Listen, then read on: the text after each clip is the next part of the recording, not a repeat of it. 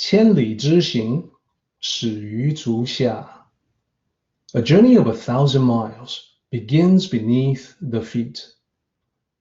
We now gather in the Tao to travel the journey together.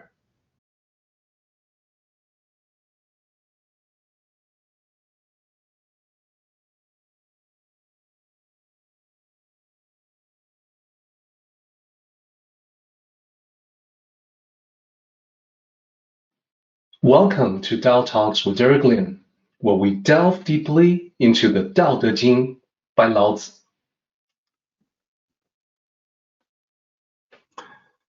So chapter 39 is also pretty long, not quite as long as 38, but very substantial by itself. So we'll do some quick analysis to discern the sectional breaks in the various sections, various topics, themes that run through 39. So first, let me just read 39 from beginning to end. Chapter 39 says, those that attained oneness since ancient times, the sky attained oneness and thus clarity. The earth attained oneness and thus tranquility. The gods attained oneness and thus divinity. The valley attained oneness and thus abundance. The myriad things attained oneness and thus life. The rulers attained oneness and became the world's standard. These all emerged from oneness. The sky, lacking clarity, would break apart. The earth, lacking tranquility, would erupt. The gods, lacking divinity, would vanish. The valley, lacking abundance, would wither. Myriad things, lacking life, would be extinct. The rulers, lacking standard, would be toppled. Therefore, the honored uses the lowly as basis. The higher uses the lower as foundation. Thus, the rulers call themselves alone, bereft, and unworthy. Is this not using the lowly as basis? Is it not so?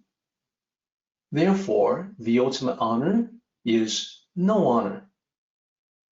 Do not wish to be shiny like jade. Be dull like rocks. So 39, as I said, kind of a long chapter, a little bit shorter than 38. Looking at this chapter now, probably the easiest thing is to go from the top down and look for characters that repeat themselves. Hopefully you are doing that now, and hopefully right off the bat, you've picked out visually that there's an easy repetition to spot from 1 to 7. It's the one simplest character in all of Mandarin, the character for 1. And you see it from line 1 to line 7. Now, that's not all. If you look at the character right before the character for 1 and the character right after, you actually see a lot more repetitions. Let me highlight them so we can see all of them together. So as you can see, from 2 to 7, you've got repetition of 3 characters. So in some cases, they start from the second character, line 2 to line 5, and in line 6 and 7, they start from the third character, but it's the same 3 characters being repeated.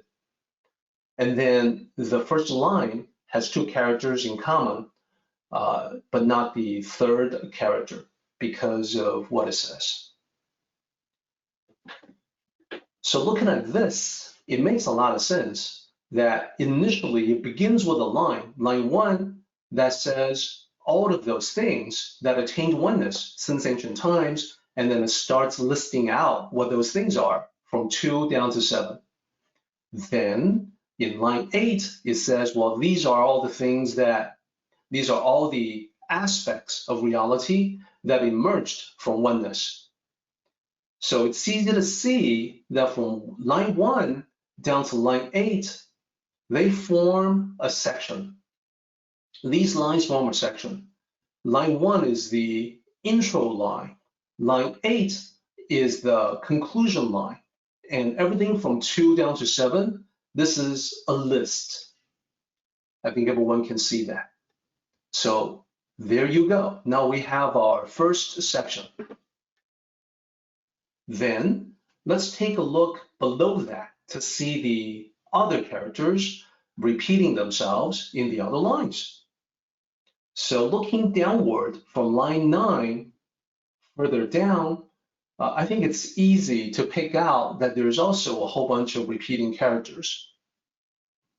And if you want to, type it out, definitely feel free to do so in the comments. But here they are. As you can see, from line 9 all the way down to line 14, we've got 2 characters that repeat themselves. And it's interesting that here we also have 4 lines where the repeating character start on the second character, and then 2 lines where the repeating character starts on the third, just like the way it is. So 13 and 14 correspond to 6 and 7, as you can see.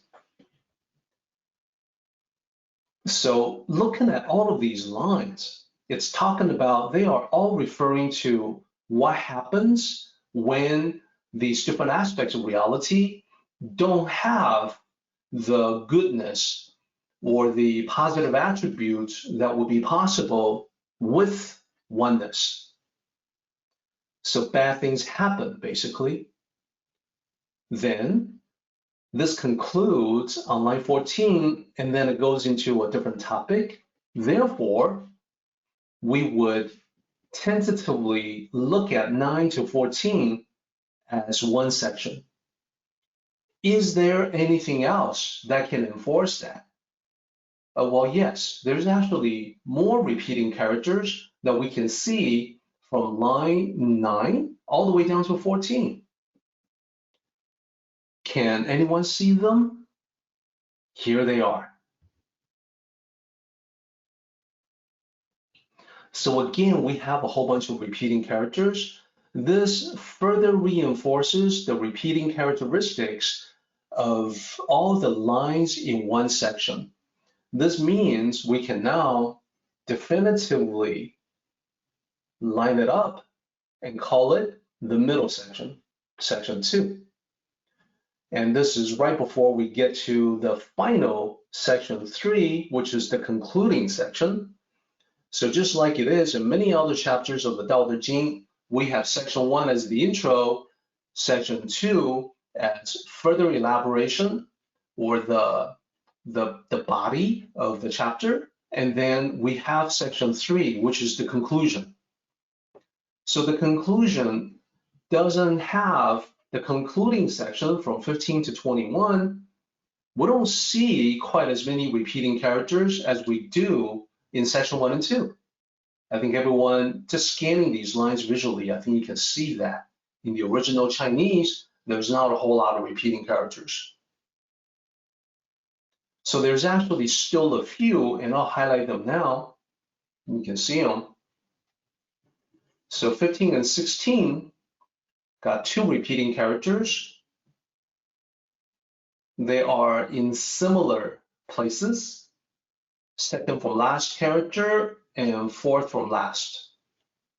Then 20 and 21, second from last character is the same character. So there's poetic structure here as well, but not as obvious as it was in the previous 2 sections. So that's okay. We'll visit these lines individually to talk about exactly what they mean. For now, I want to spend just a moment to give everyone a flavor on the first section. This will set us up for our in-depth discussion next time, a couple of weeks from now, when we talk about oneness. Oneness is a huge topic in the Tao. It can mean many different things. Here, I want to focus on just the meaning that you see immediately in these lines, and I want to introduce everyone to the one master key that will decrypt all of this and make everything make sense, at least in the beginning of this chapter. So that is that's the goal that I have for today. So I want to zoom in on the first section, and the very first thing I want to do is to zero in on these two characters here. 得一. What do they mean? Here we go. In the pinyin, it's spelled this way. It sounds like 得一. Okay, so the pinyin may not be very accurate. People may say de or di. It's actually de, and I realize it doesn't look like de, but that's how it's supposed to sound in pinyin. What does it mean? Well, the literal meaning of de, the first character, is to obtain, to get, to attain, to acquire. I, we talked about this. It's the character for one. It can also be oneness, unity. So the character for one, the one. So what is the meaning behind the literal? Well, together, the two characters mean to attain the oneness of the Tao.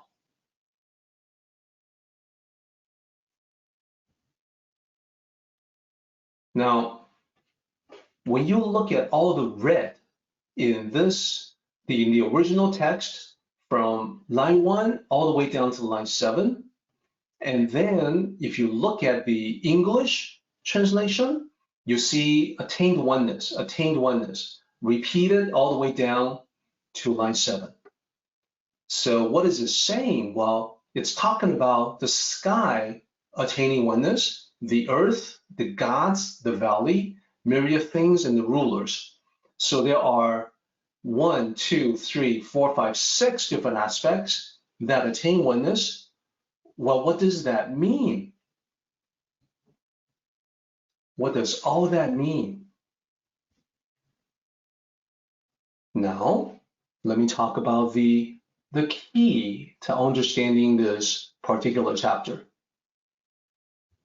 The one master key to understanding this chapter, everything from 2 to 7 refers to different aspects of existence, different aspects of life, if you will. Now, here's the key realization. In the Tao, all aspects of existence are mirrored in an individual. So in other words, you are a microcosm of the universe. You are a reflection of reality at the personal level, at the earthbound level. So literally, in this sense, you are the Tao and the Tao is you. So everything that it's talking about here from line 2 to line 7 is actually saying something about you. So to illustrate what I mean, I'll do one example. It looks like we have enough time for one example, and then we have to do the summary for today. I think with the master key, it is possible for you to then continue on and decipher all of the other lines from 2 to 7 to figure out what they mean, or at least have an idea prior to our discussion 2 weeks from now. Let's take a look at line 2. Line 2 says, the sky attained oneness and thus clarity. Let's talk about that. So the clear skies is the theme in line 2. When the ancients saw beautiful clear skies, they will see heaven attained oneness. So that's how it could be so clear, because heaven had this oneness, perhaps not a cloud in the sky, everything is pure blue, truly beautiful. So how can this be reflected in your personal reality? How can this represent an aspect of you? Here's how. Reflected at the human level, this means when you have the oneness of the Tao in the mind, your thoughts and perceptions have the utmost clarity. So the metaphor for clarity of thinking is the beautiful clear skies. I think everybody can see that now. When you have that level of clarity, everything in your life is crystal clear. That means they're easy to see and easy to understand. So by extension, let me explain, when you are lacking oneness in your mind, it is as if you've got stormy clouds. It is as if the weather, quote unquote, in your mind is not looking so great. Ominous clouds, dark clouds overhanging everything, thunder clouds, lightning flashes, rain and snow, all the works, okay? That is when the mind / sky is lacking in oneness. So that is the way that you will look at everything from 2 to 7. That's the master key. Our meeting has come to an end, but the journey continues on. Let us travel safely. Until next time, may the Tao fill you with peace and happiness.